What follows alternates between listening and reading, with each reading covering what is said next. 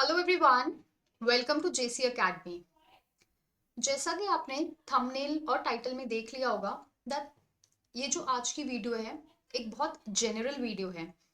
I usually get asked by students कि ma'am हम जो पढ़ रहे हैं वो हमें याद नहीं हो रहा है, हम उसको भूलते जा रहे हैं। हम न्यू पढ़ रहे हैं, हम पुराना वाला भूल रहे हैं। मैम ऐसा क्यों हो रहा है? क्या हम वीक हैं? ऐसा कुछ नहीं है। तो आज की इस क्लास में हम देखेंगे कि न्यूरो साइंस की हेल्प से जो आपका ब्रेन है वो कैसे काम करता है। आप जो भी पढ़ रहे हैं आप उसको लंबे टाइम के लिए कैसे रिटेन रख सकते हैं फॉर लॉन्गर ड्यूरेशन।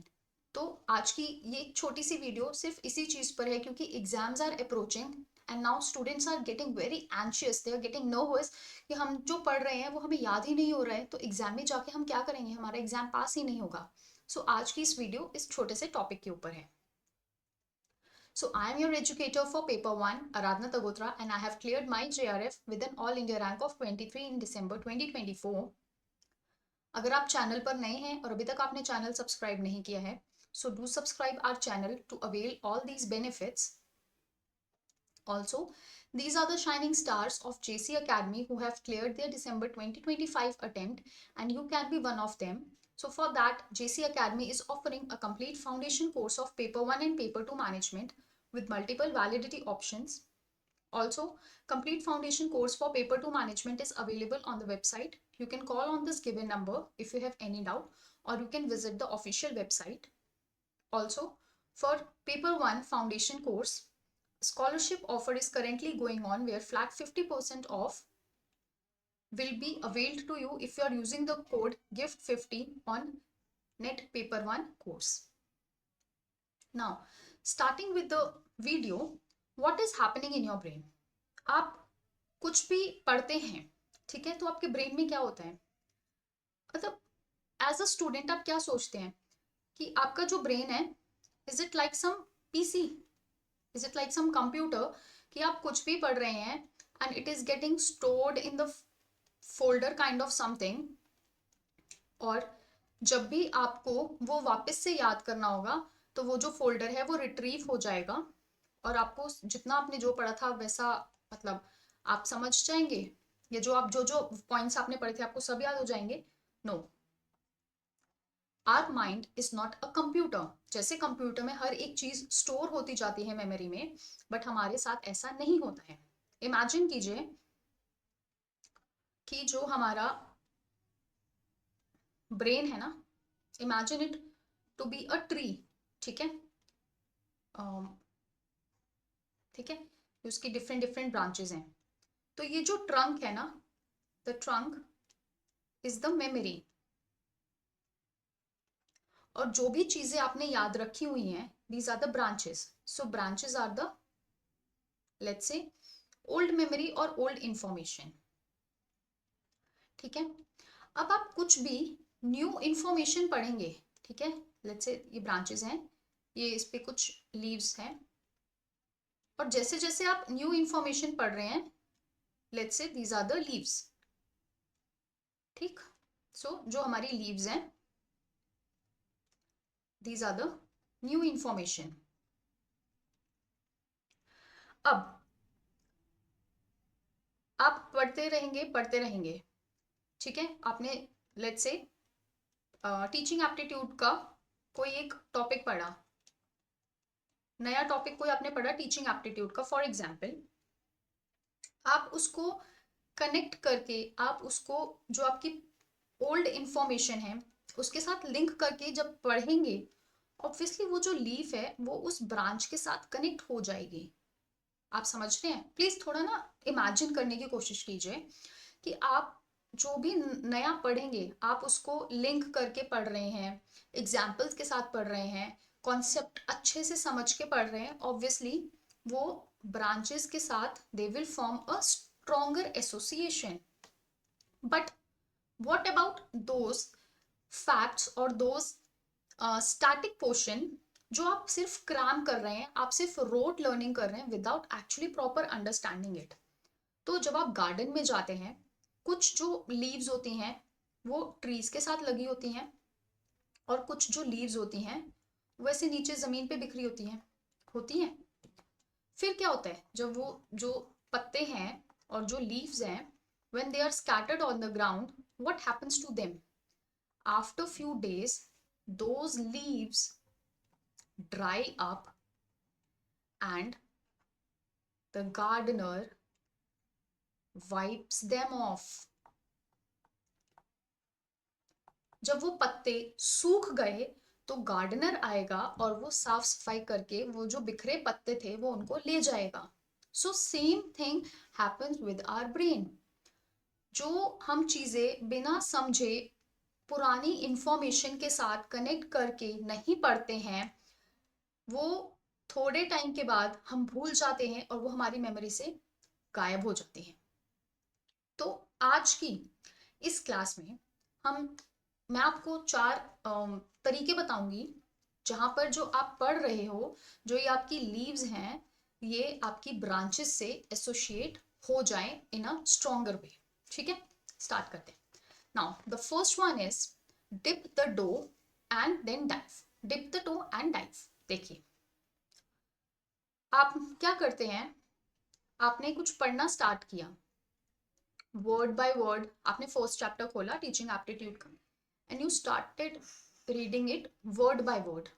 ठीक है, वर्ड बाय वर्ड पढ़ा, आपने उसको अच्छे से अंडरलाइन किया, आपने उसको बॉक्स बनाया, उसको हाईलाइट किया, बट उससे हुआ क्या? समझ आपको कुछ भी नहीं आ रहा है. You are just reading it for the sake of reading. आपको क्या करना है? The first step is dip the toe. पहले एक टो डाल के देखिए, मतलब जस्ट रीड द इंडेक्स. सबसे पहले आप इंडेक्स को रीड कीजिए, then read the headings. Read the headings. आप जब सबसे पहले आपने इंडेक्स पढ़ा, आपको थोड़ा सा आइडिया हुआ, ठीक है, कि इस चैप्टर के अंदर ये चीजें हैं. फिर आपने हेडिंग्स पढ़ी कि ये हेडिंग्स हैं जो मुझे पढ़नी है. आप सीधा चैप्टर खोल के वर्ड बाय वर्ड पढ़ेंगे ना, तो जो आपको वो टॉपिक है या जो आपको वो यूनिट है ना, वो आपको बहुत हैवी लगेगा. You will actually feel it tough and heavy कि यार ये तो मुझसे होगा ही नहीं. तो आपको स्टेप बाय स्टेप चलना है. एंड थर्ड, फिर आप you can scan the chapter. ठीक है, आपने हेडिंग पढ़ी, एक बार आपने ऐसे पेजेस को फ्लिप किया, यू स्कैन द चैप्टर कि हाँ इस पूरे चैप्टर में ये आपने पहले इंडेक्स पढ़ा, देन आपने हेडिंग्स पढ़ी, and then you scan the chapter and then start reading word by word. Then start it word by word. ठीक है, जब मैं क्लासेस स्टार्ट करती हूँ या जब मैं आपको इम्पोर्टेंट बताती हूँ कि हाउ टू अप्रोच या आपने अपनी प्रिपरेशन कैसे स्टार्ट करनी है, मैं हमेशा बोलती हूँ कि आपके पास आपके यूजीसी नेट सिलेबस की एक प्रिंटेड हार्ड कॉपी होनी चाहिए. वो क्यों होनी चाहिए सिलेबस की हार्ड कॉपी? इसीलिए होनी चाहिए ताकि आप एक बार गो थ्रू कर सके कि पेपर 1 में कितने यूनिट्स हैं, उस यूनिट के अंदर आपको क्या क्या पढ़ना है, ताकि आप जब पढ़ने बैठे आपको ना वो एकदम से इतना हैवी बर्डन ना लगे कि ओहो इतना कुछ पढ़ना है. नो. सो पहले आप तो डिप कीजिए, ठीक है, उसके बाद आप छलांग मारिए ना. आप सीधा छलांग मार देंगे तो उसका फायदा क्या है? ऑब्वियसली आप डूब जाएंगे. So this is the first step कि आपने पहले इंडेक्स पढ़ा, आपने हेडिंग्स पढ़ी, आपने चैप्टर स्कैन किया, and then you are reading it word by word. Second आता है हमारा how to remember, that is brain dump and revise. तो इसके लिए आपने क्या किया, आपने जब पढ़ा और जब आप नेक्स्ट टाइम पढ़ने बैठ रहे हैं, so take a blank sheet. ठीक है, टेक अ ब्लैंक शीट और 1 से 2 मिनट के लिए आप बैठिए. उस ब्लैंक शीट पर आपने जो पुराना पढ़ा था ना, उसको फटाफट से लिख दीजिए. It can B 2 words, it can be 2 lines, or it can be even 2 paragraphs. It doesn't matter. But जितना आपको दिमाग में है उस टॉपिक के रिलेटेड, जो भी डंप है, जो भी आपके ब्रेन में डंप है ना उस टॉपिक से related, just note it down. एक ब्लैंक शीट के ऊपर फटाफट फटाफट लिख दीजिए and then start reading further. इससे क्या होगा, आपको पता चलेगा कि हाँ आपको कितना याद है, आपको कौन सी चीज़ दोबारा से रिवाइज करने की ज़रूरत है, आपको किस चीज़ के साथ, मतलब आप कौन से टॉपिक को किसके साथ कनेक्ट करके, या फिर आपने कोई ऐसा न्यूमोनिक बना दिया, या आपने कोई एक रियल लाइफ एग्जाम्पल याद रखा ताकि आपको वो चीज़ अच्छे से याद थी, तो आपको आपके स्ट्रेंथ और वीकनेसेस साथ साथ पता लगते जाएंगे। ठीक, तो ये किया आपने। या फिर अगर आपको ब्लैंक शीट पे नहीं लिखना है तो आप आंखें बंद कीजिए और फिर 2-3 मिनट के लिए आप रिवाइज कीजिए मन में कि हाँ मैंने कल ये पढ़ा था, मैंने टीचिंग एप्टीट्यूड की डेफिनेशन पढ़ी थी, उसके मैंने ऑब्जेक्टिव्स पढ़े थे, उसका मैंने टीचिंग कॉन्टिनम पढ़ा था, कौन कौन से कॉन्टिनम थे, तो आप ऐसे खुद से रिवाइज कीजिए। That is brain dump and revise. अब उसके बाद आपने, आपको एक और मैं फैक्ट बताती हूँ, आप जो भी इंफॉर्मेशन पढ़ते हैं, आप जो भी इंफॉर्मेशन पढ़ते हैं, and this is all scientific, ठीक है, this all is based on neuroscience. आप जो भी इंफॉर्मेशन पढ़ते हैं तो वो जो इंफॉर्मेशन है ना, it drops down to the information, ठीक है, आपने जो भी यहाँ पे इंफॉर्मेशन पढ़ी है, information drops down to 30%, it drops down to 30% within first 24 hours. 24 घंटे के अंदर अंदर अगर आप रिवाइज नहीं करते हैं तो जो आपने जितना भी पढ़ा होता है ना, वो आपका, लेट्स से आपने 100% पढ़ा है तो वो सिर्फ 30% रह जाएगा अगर आप विद इन 24 आवर्स वो रिवाइज नहीं करते हैं। And it will further drop down to, it will further drop down to 10% in next 7 days. इसीलिए बोलते हैं कि जो आपका फर्स्ट रिवीजन होना चाहिए, it should be with in 24 hours. क्यों बोलते हैं? क्योंकि आपका जो इंफॉर्मेशन रिटेन पावर है ना, वो 30% ड्रॉप डाउन हो जाता है। तो इसीलिए अगर आप 24 आवर्स के अंदर अंदर पहला रिवीजन कर लेते हैं, आप इस चीज से बच जाएंगे। ठीक है, तो आप जैसे ही रिवाइज करेंगे, अगर वो थोड़ा सा ड्रॉप भी हो रहा है, then it will go up. ठीक है, फिर थोड़े टाइम के बाद, लेट्स से आपने 2-3 दिन के बाद किया, या लेट्स से 7 डेज के बाद भी किया, तो ऑब्वियसली वो इस पॉइंट पे नहीं आएगा, वो थोड़ा सा ऊपर ही रहेगा इस पॉइंट से। So इसलिए you have to revise whatever you have studied in your previous classes। ठीक है, आप चाहे उसको टॉपिक बाय टॉपिक रिवाइज कीजिए। देखिए, टॉप विद इन 24 आवर्स तो आप जो पढ़ रहे हैं करना ही करना है। जो नेक्स्ट सब्सिक्वेंट रिविजन है, let's say second revision, third revision, fourth revision, जो सब्सिक्वेंट जो रिविजन है, वो फिर आप क्या कर सकते हैं, या तो आप उसको टॉपिक वाइज ले लीजिए, आप उसको यूनिट वाइज ले लीजिए, या सेट अ टारगेट कि हाँ आज मैं ये 4 टॉपिक्स करूंगी, टीचिंग एप्टीट्यूड के 2, टीचिंग के 2 रिसर्च के, and then I will revise. मतलब वो पर्सन टू पर्सन डिपेंड करता है कि आपको वो रिवीजन कैसा करना है, but you have to keep in mind कि जो फर्स्ट रिवीजन है वो आपका 24 आवर्स के अंदर अंदर हो जाना चाहिए। थर्ड आता है how to retrieve, use in context. Use in context मतलब आप टेस्ट दीजिए, आप प्रीवियस ईयर क्वेश्चंस एनालाइज कीजिए, ठीक है, आप मॉक्स दीजिए। इसके साथ आप जब एनालिसिस करेंगे, ठीक है, आप एनालिसिस करेंगे तो आप देखेंगे कि मेरे अगर questions, if my questions are correct, तो वो क्यों करेक्ट है, उसके पीछे क्या रीजन है कि मेरे क्वेश्चंस करेक्ट हैं।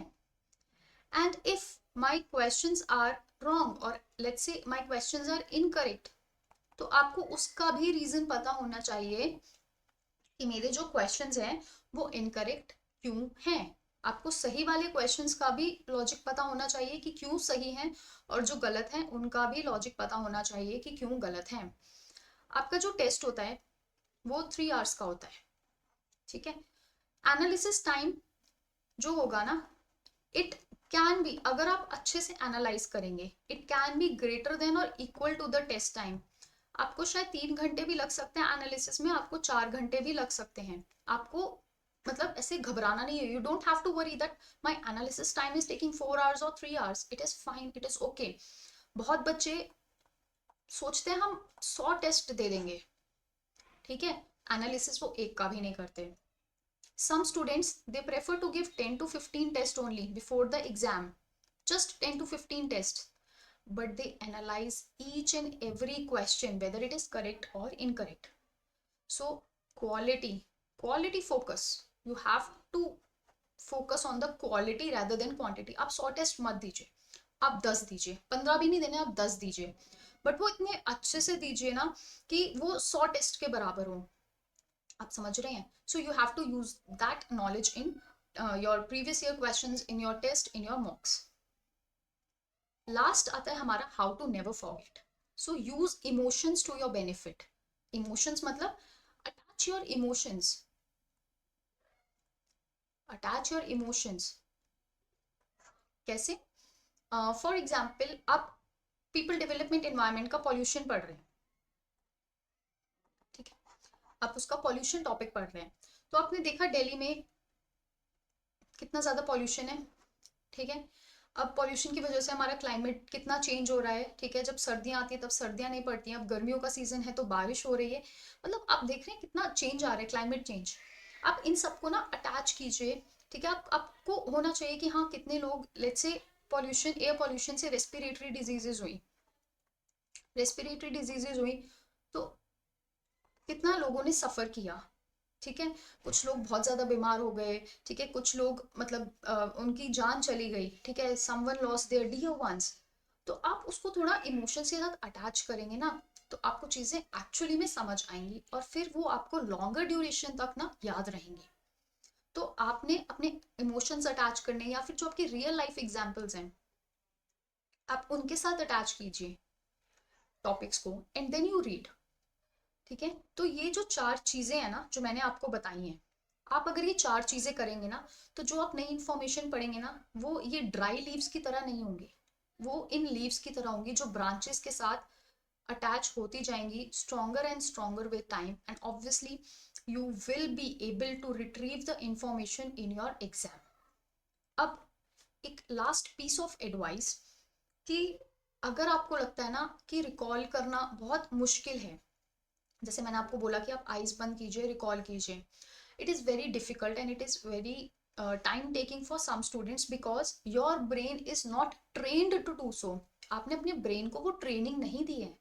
कोई भी काम आप फर्स्ट टाइम करते हैं, it is difficult, but once you practice and practice and practice, it will make you perfect, ठीक है। तो इसीलिए आप अभी से स्टार्ट कीजिए, अपने ब्रेन को ट्रेन कीजिए that how to recall what you have studied the previous day. और उसके साथ अपने जो भी आपके एफर्ट्स हैं, जो भी आपकी एनर्जी है, मुझे पता है थोड़ा मुश्किल होगा, ऑब्वियसली इट इज थोड़ा सा मुश्किल होता है, आप कुछ नया स्टार्ट कर रहे हैं। So even if it is taking your energy, even if it is taking your time, even if it is taking your efforts, कोई बात नहीं, कुछ नहीं होता, होने दीजिए, ठीक है। आपको नहीं याद आ रहा है, आंखें बंद करके 2 वर्ड्स याद आ रहे हैं, आप वो 2 वर्ड्स ही पढ़ लीजिए, वो 2 हेडिंग्स ही आपको याद आ रही है कि हाँ कुछ तो पढ़ा था, कॉन्टिनम में कुछ तो पढ़ा था कि कुछ इंडोक्ट्रिनेशन होता है और कुछ लेट्स से ट्रेनिंग होता है, बस आपको बाकी 2 याद नहीं आ रहे, it is fine, it is perfectly fine, but वो 2 तो याद रहे ना आपको।